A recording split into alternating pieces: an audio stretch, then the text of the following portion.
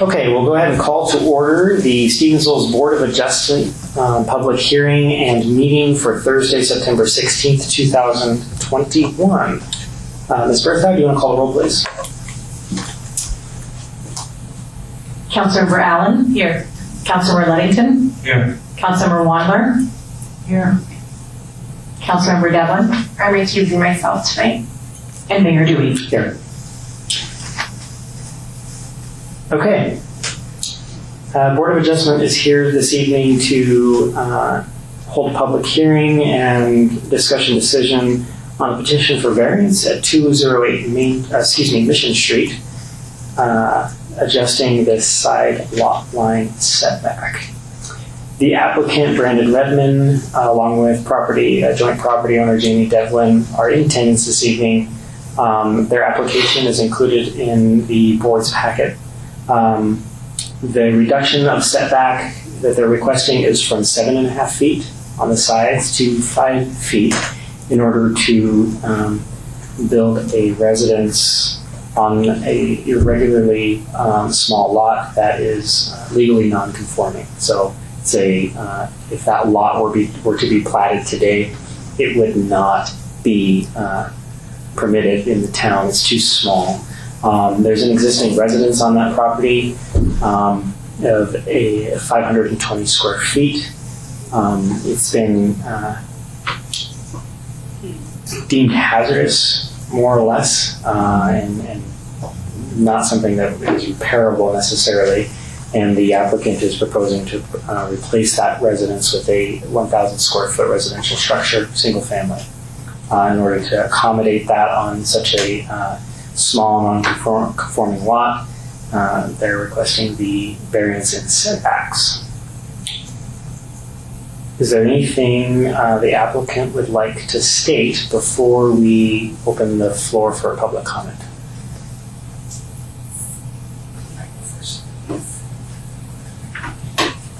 So we brought the contractor that we've chosen here to kind of field any questions or kind of speak on our behalf. Brandon and I are willing to answer any questions, but he's an expert in this area and we thought it might be best for him to speak on our behalf. So, if you have anything to say. I've been working with Brandon on this project, and we've looked at the house. How could we remodel it? It's in pretty bad shape. It's doesn't have great foundation on it, whatever. And so we thought, we could really improve this property by putting a new structure on it. And but it's very narrow, like you said. And so we are just proposing that, could we get a variance to build this home on this lot? It would very much improve the area. It's I can't see anything that it would be a detriment to that area. I think it would be a great improvement and something that's very much needed in this town. So if you have any other questions that you might have, I'd be happy to answer them. We'll go ahead and open the public hearing and take our public comment, and then we can move into the discussion decision portion of the agenda so that the Board of Adjustment can engage. So at this time, we'll go ahead and open the hearing for public comment on the proposed variance. Those who wish to speak on the variance, step forward, state your name and address for the record and your comment. Is there any comment on the variance? Carolyn Mickens, 211 Buck. And I think it's a fantastic idea because I know when Bill Hunter had it made or built, I know what he put together to make it. So it's a godsend that she's having it taken down and built decently. Thank you. Okay, is there any other public comment on the proposal?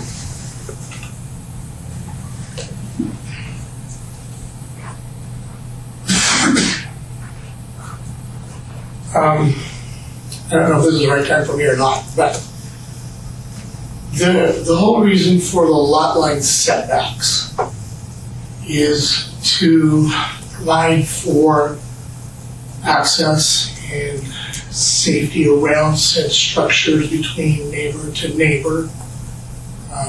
I think that it's a great idea to build a nice new building in on that lot, and it actually absolutely would be an improvement over what is there. However, to get the big line adjustment variance, are we really meeting the standard of a hardship for a property owner, or are we putting a burden back onto another property owner at a future date and time? I think those are really things you guys really need to look at from a public safety standpoint. We are narrowing down that lot line setback.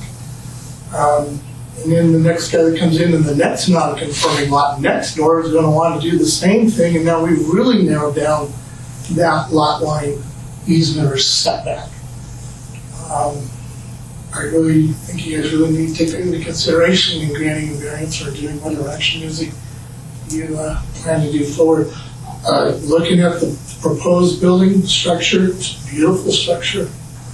It would be a vast improvement over what is there.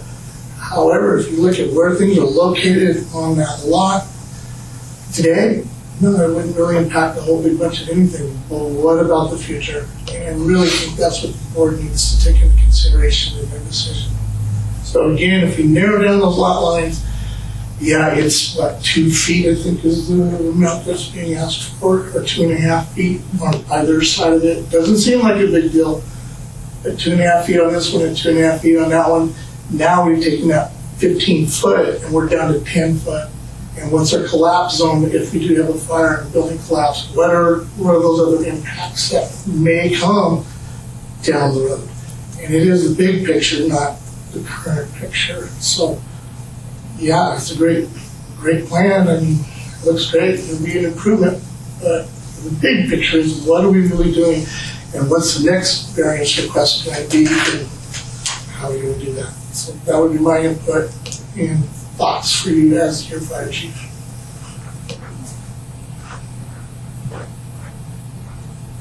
Any other public comment on the proposal? Okay, hearing no other comment, then we'll go ahead and close the public hearing and give the Board of Adjustment an opportunity then to review and discuss the proposal. Mr. Ludington. Is this your backyard? Or adjacent to your backyard, Carolyn? Yes, Okay. That is your house that's across the back fence. the outbuildings, yeah. And then to the south of me is that new housing that they put in that's like that far from my yard. Yeah. Mr. Jacques, how tall is the structure at its tallest point? I don't see that in the plans.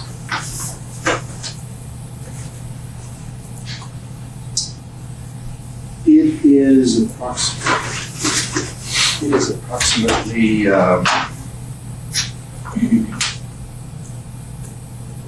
like 15 or 16 feet. Thank you.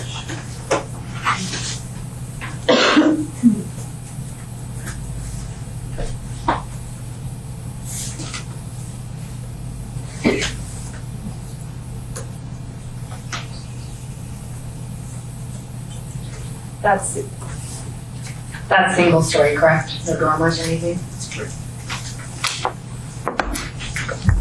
To the fire chief's point on collapse zones, generally speaking, in fire service, we consider collapse zone 1.5 times the height of the building. Regardless, if the setback wasn't changed, you'd still be too close. If the building is 16 feet, which isn't abnormal, that's not an astronomically high point. You're still, you only have 15 feet between buildings if they build to that envelope. So that is something to consider. The lot next door appears to be vacant currently. Is that correct? To the north, excuse me. These are both his neighbors. I didn't get up to anything. I'm just to the north. Yeah. Okay. Where it is. Yeah.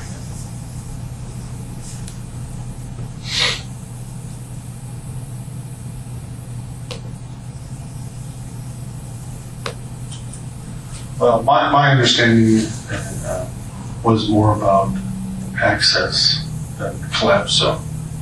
And that really from my serving on planning and zoning was that we wanted to make sure that if the lot line was in the center between two homes, that there was 7.5 feet from the roof line of one home to the property line, and 7.5 feet from the other property line to the roof line of the other house, so that there was 15 feet at the roof line for access for a vehicle, fire department, utilities, something like that, so that there was space there for somebody to be able to drive through.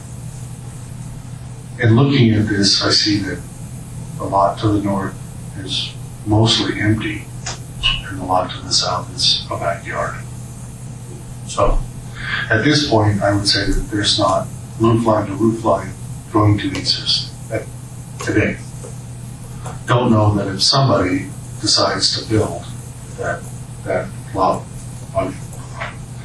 across the lot line from the roof line of the proposed structure, that would they go to their setback, that we will lose a 1.5 foot of setback of space between the roof lines of the two buildings.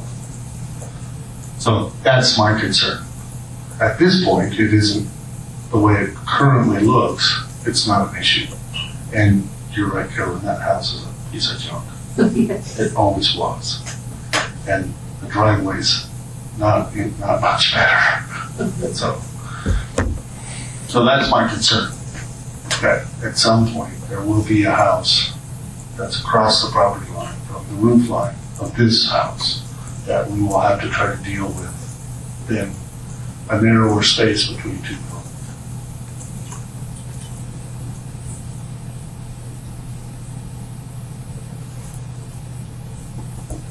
Any other discussion from the board?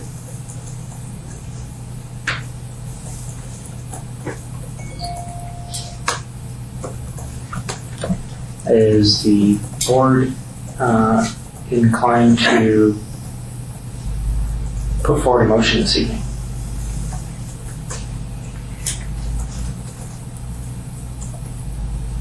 Can I make a statement on that? Sure. So right directly behind the house,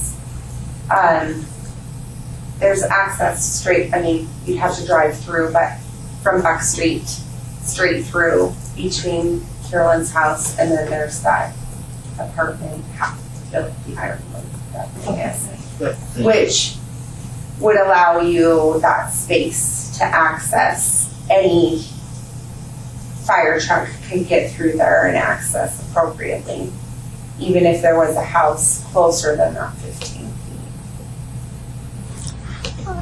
I'm just going to state from my experience in the fire service, there's no way you could convince. I was a fire engine operator. I drove fire trucks.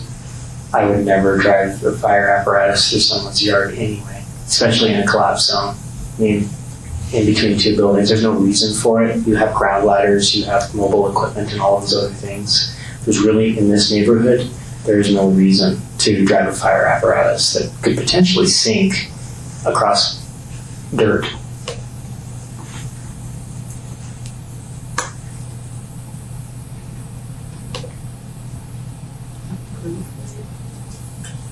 Sure. I'll make a motion to approve the variance at 208 Mission Street, adjusting that side line setback 2.5 feet. Is there a second? I'll second the motion. Okay, it's been moved by Ms. Allen and seconded by Ms. Wandler to approve the variance at 208 Mission Street, adjusting the side setback 2.5 feet. Would actually be from 7.5 to 5 on each side, right? Is that what yours? So it's 3 feet altogether. 7.5 from 7.5 is which is required to 5 feet. 2.5 on each side. 2.5 on each side. Even though this says 1.5. It's 2.5 feet. Okay. Is there further discussion from the board? Any public comment? All right. Hearing none, we'll proceed to call for the vote. Ms. Berthoud? Councilmember Allen, Aye. Councilmember Ludington, Aye. and Councilmember Wongler. Aye. And I vote aye. The motion passes. Thank you. And the variance is granted. So we'll draft up the paperwork that needs to be filed with the clerk and recorder so that it sticks with the property record. And you're ready to proceed with pulling permits. Okay. There's nothing further on the board's meeting agenda this evening, so we will wrap up and adjourn. Thanks for your time this evening.